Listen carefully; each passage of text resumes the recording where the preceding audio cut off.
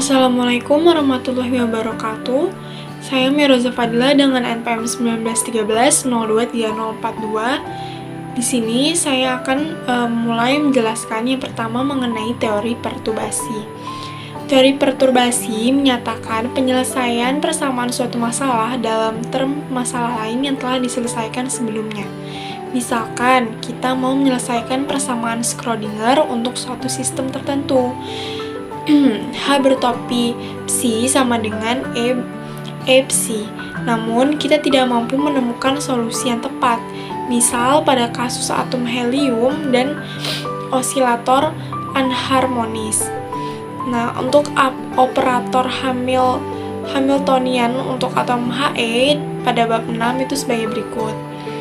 Selanjutnya, untuk persamaannya dapat dituliskan dalam bentuk H bertopi sama dengan H topi H1 ditambah H topi H2 ditambah E kuadrat per 4pi E0 dikali 1 per 1/12.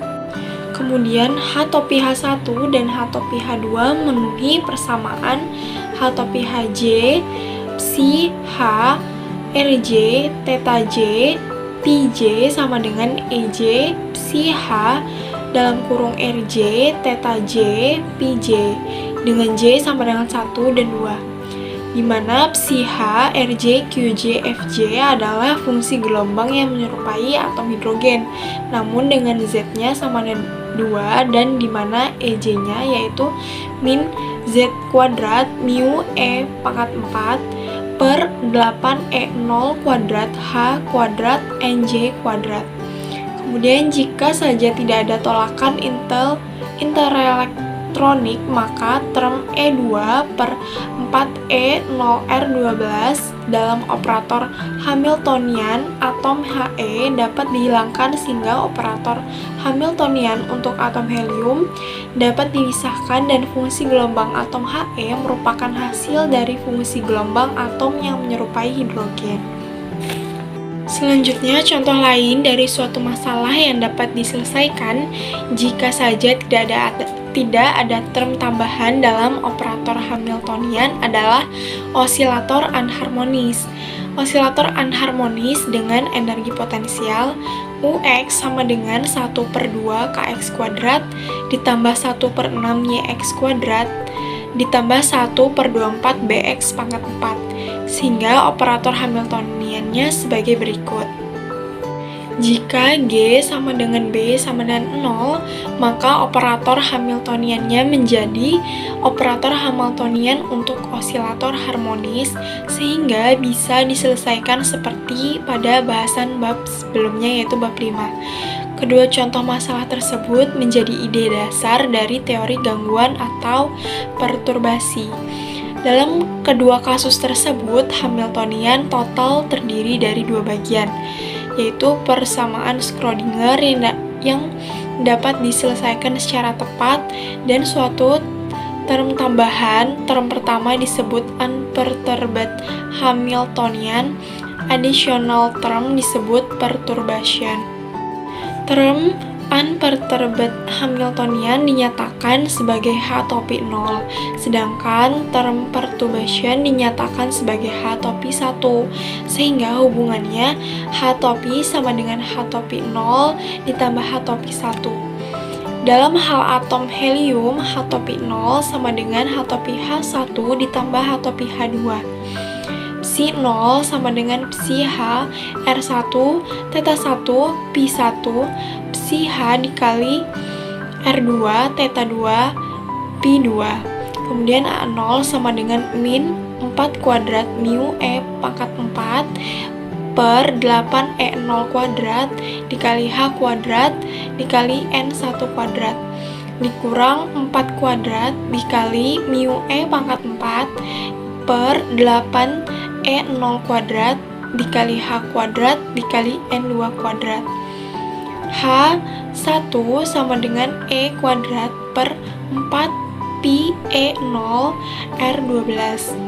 Kemudian dalam hal osilator anharmonis, H0 sama dengan min T kuadrat per 2 mu dikali d kuadrat per dx kuadrat ditambah setengah kx kuadrat. H topi satunya sama dengan 1 per 6 yx pangkat 3 ditambah 1 per 24 bx pangkat 4. Kemudian untuk psi 0 sama dengan a per pi pangkat 1/4 per 2 pangkat n per pangkat setengah dikali e pangkat min ax kuadrat per 2 hn dikali a pangkat setengah x. Kemudian a0 nya sama dengan n plus setengah hv. Untuk contoh soalnya yaitu sebagai berikut. Selanjutnya yaitu metode variasi. Misalnya fungsi GL dalam keadaan dasar psi 0 dan energinya E0 memenuhi persamaan Schrödinger. H topi psi 0 sama dengan E0 psi 0. Dengan mengkalikan bagian kiri dengan psi 0 dan mengintegrasikannya diperoleh E0 sebagai berikut. Kemudian DT merepresentasikan elemen volume yang sesuai. Bagian denominator tidak disetting sama dengan 1 untuk memberikan kemungkinan bahwa psi 0 tidak ternormalisasi. Maka pi-nya didapatkan persamaan sebagai berikut. Variational principle EF itu lebih besar atau sama dengan dari E0. Kita dapat menghitung batas atas E0 dengan menggunakan fungsi trial. Semakin F mendekati Y, maka nilai EF akan semakin mendekati E0. Nah, contoh spesifik misalnya atom hidrogen pada keadaan dasar. Meskipun kasus ini dapat diselesaikan dengan tepat, namun kita berasumsi tidak bisa menyelesaikannya dan akan menggunakan dengan metode variasi ini. Karena L sama dengan 0, maka H topinya sama dengan min T kuadrat per 2πr kuadrat dikali D per dr dikali R kuadrat dikali D per dr. Kemudian dikalikan min E kuadrat per 4πe0 dikali R. Kemudian sebagai fungsi trial digunakan fungsi Gaussian Fr sama dengan E di mana A adalah parameter variasi.